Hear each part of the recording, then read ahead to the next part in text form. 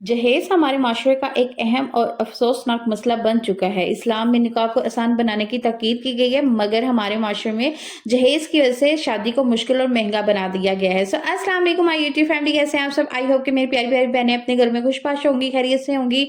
आप लोगों की दुआओं से मैं भी बिल्कुल ठीक-ठाक हूँ, खैरियत से हूँ। आज मैं आपके साथ अपनी ज़िंदगी का ऐसा कड़वा सच शेयर करने जा रही हूँ। हर लड़की अपनी शादी पर जहेज़ लेकर आती है, अपनी पसंद से अपनी जहेज़ की सारी चीज़ें तैयार करती है, एक-एक चीज़ अपने इसकी बड़े प्यार से तैयार करती है कि ये मेरे लिए बन रही है और इसको मैं अपने घर लेके जाऊँगी। मेरे पेरेंट्स ने भी थोड़ा-थोड़ा करके ना जैसे कहते हैं ना कि बेटियाँ जब थोड़ी-सी जवान होने लगती हैं तो माँओं को फ़िक्र होने लगती है और थोड़ा-थोड़ा करके ना जहेज़ का सामान इकट्ठा करना शुरू कर देती हैं। तो इस तरह मेरी अम्मी ने भी थोड़ा-थोड़ा करके जहेज़ का सामान इकट्ठा करना शुरू कर दिया था और मेरी शादी भी वैसे ना बहुत अर्जेंट हुई थी। कोई पता नहीं था कि मेरी शादी का दूर-दूर तक खबर नहीं थी कि मेरी शादी इस तरह से बहुत अर्जेंट हो जाएगी। खैर थोड़ा बहुत सामान बना हुआ था और बाकी एकदम से अरेंज करना भी इतना आसान काम नहीं था और क्योंकि मेरे अब्बू भी जो थे ना वो उनकी डेथ भी तकरीबन 1 साल ही हुआ था उनकी डेथ को, तो इसलिए सारे काम ना पॉसिबल नहीं थे। तो मेरे हस्बैंड ने ना इस चीज़ को बहुत मद्देनज़र रखा, इस चीज़ का बहुत ख़्याल रखा कि मेरे वालिद साहब का साया मेरे सर पे नहीं है, तो उन्होंने जहेज़ लेने से ऑन स्पॉट शादी वाले दिन जिस दिन मेरी अम्मी ने कहा ना कि बेटा जहेज़ का सामान हमने जितना भी बनाया हुआ ना आप वो ले जाओ, तो उन्होंने उसी टाइम इनकार कर दिया कि आप अपनी जो दूसरी बेटी है ना उसके लिए ये सामान रख लें, हमें इस जहेज़ के सामान की बिल्कुल भी कोई ज़रूरत नहीं है। मेरी अम्मी ने भी फिर वो सामान मेरी छोटी बहन के लिए रख लिया और मुझे भी कोई एतराज़ ना हुआ कि भई सामान तो मेरा बना था तो मेरी बहन को क्यों दिया। और यहाँ पर आज मैं बना रही हूँ हलवा, सूजी का हलवा। ये मैंने बाँटना था तो इसके लिए मैं ज़्यादा बना रही थी। आधा किलो मैंने सूजी ली है तो उसके अकॉर्डिंग मैंने इसके अंदर ना चीनी और साथ में मेवे वग़ैरह भी मैंने इसके अंदर लाई थी, वो कट करके नारियल और मेवे वो कट करके साफ़ करके वो इसके अंदर डाले थे और साथ-साथ ना अभी नाश्ता भी करना था बच्चों ने, तो वो वेट कर रहे थे कि जल्दी से हलवा बने और फिर हम भी खा लें और फिर बाँट भी आएँ। मेरे हस्बैंड की जॉब सऊदीया में थी और मेरे ससुराल वाले पाकिस्तान में ही रहते थे और मेरे हस्बैंड आए थे जब उनकी ना वालिद साहब की तबीयत ठीक नहीं थी, उनको कैंसर था, तो वो उनको देखने के लिए आए थे और इसी दौरान हमारी शादी की बात भी बड़ों ने तय की और फैसला किया कि भई अभी ज़िंदगी का कोई भरोसा नहीं होता, तो चलो इनके पहले बेटे की खुशी है, तो वो अपनी बेटे की खुशी को देख लें। तो इसलिए हमारी शादी भी अर्जेंट हुई और कोई तैयारी नहीं थी, सिर्फ़ 2-3 दिन का टाइम था और उसी दौरान उनकी बीमारी भी थी और साथ-साथ शादी भी थी। तो आप सोच ही सकते हैं कि कितनी मुश्किल से ये तैयारी हुई होगी और ये भी नहीं पता चल रहा था कि आया कि शादी होगी भी कि नहीं, ये भी अंदर चीज़ें चल रही थी क्योंकि तबीयत बहुत ही ज़्यादा ख़राब थी। तो ख़ैर अल्लाह ने जो टाइम मुकर्रर किया हो उस टाइम पे तो काम हो ही जाता है। ख़ैर हमारी शादी हो गई, उस दौरान भी उनकी तबीयत ठीक नहीं थी। तो उसके बाद जो थे ना तकरीबन 2-3 दिन बाद ही मेरे हस्बैंड मुझे छोड़कर ना सऊदीया चले गए थे और फिर तकरीबन 7-8 माह के बाद ना उनके अब्बू की भी डेथ हो गई थी। लेकिन उस दौरान उनकी तबीयत ऐसे ही थी, कभी ठीक हो जाती थी, कभी ख़राब हो जाती थी।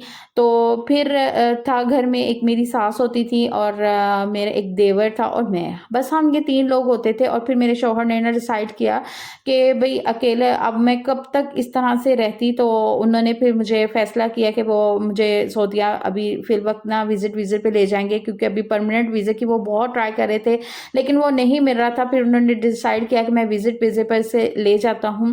फिर इस तरह से मैं भी सऊदीया चली गई और जब मैं गई तो अल्हम्दुलिल्लाह से मेरे हस्बैंड ने मेरे लिए हर चीज़ रेडी की हुई थी, चाहे वो फर्नीचर था या बर्तन थे या फिर मुझे स्टोव चाहिए था, इसके अलावा वॉशिंग मशीन, हर तरह की चीज़ जो कि एक घर चलाने के लिए औरत को ज़रूरत पड़ती है, तो वो हर चीज़ उन्होंने मुझे बना कर दी। लेकिन वहाँ पर मेरा एक देवर भी रहता था, लेकिन वो हमारे साथ तो नहीं रहता था, लेकिन वो आता-जाता तो रहता ही था।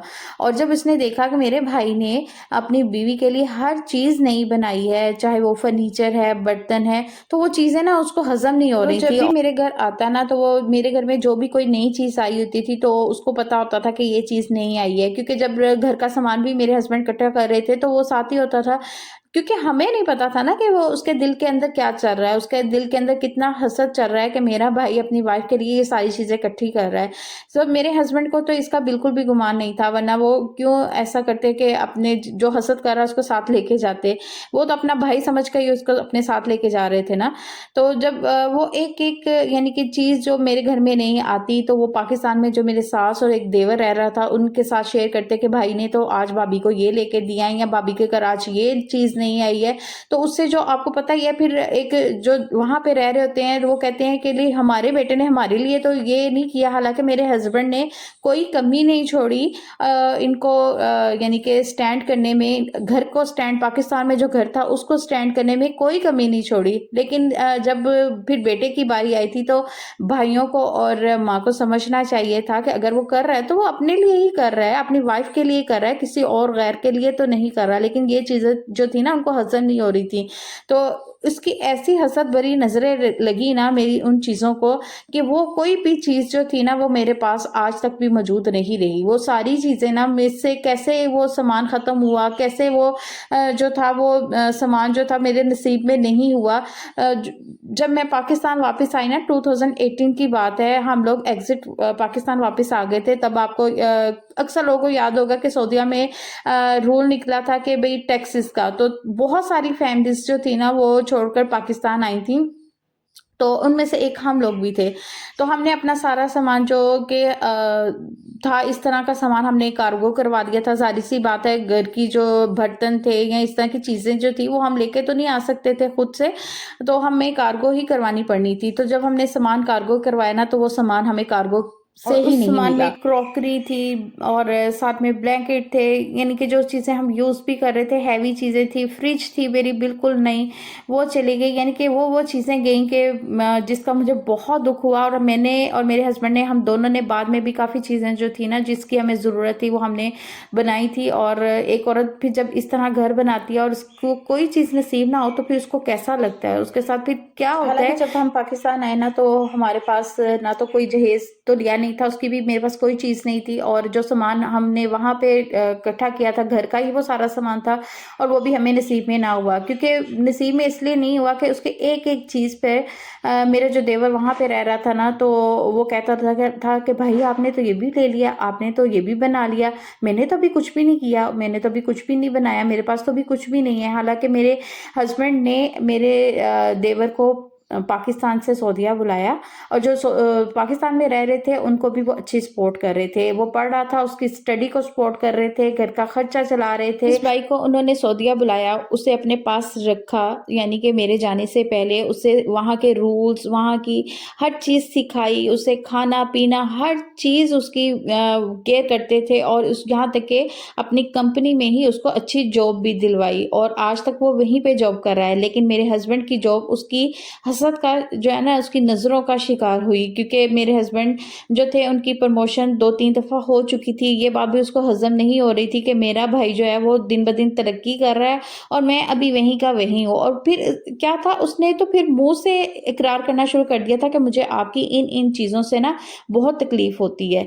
और जो बंदा मुँह से अपने हसद का इकरार करना लग जाए, तो फिर आपको किसी और को जज करने की ज़रूरत ही नहीं रहती कि वो बंदा मुँह से कह रहा है कि भई आप तो जो है मैनेजरों के साथ फिरते हैं, आपकी तो यानी कि उनकी गाड़ियों में जाते हैं, आप उनकी गाड़ियाँ ड्राइव करते हैं, मैं अभी वहीं का वहीं हूँ। तो ये चीज़ें जो थी ना, उसने हमारी ज़िंदगी को ऐसी तबाही दी है कि वो चीज़ें तो मुझे नसीब नहीं हुई। जो मेरे हस्बैंड की जॉब जो थी, इतना मेरे हस्बैंड का वो कभी सोच भी नहीं सकते थे कि वो अपनी जॉब को छोड़ सकेंगे।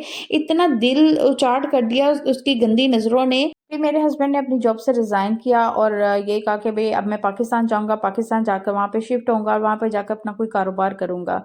लेकिन ये भी कहाँ नसीब हुआ।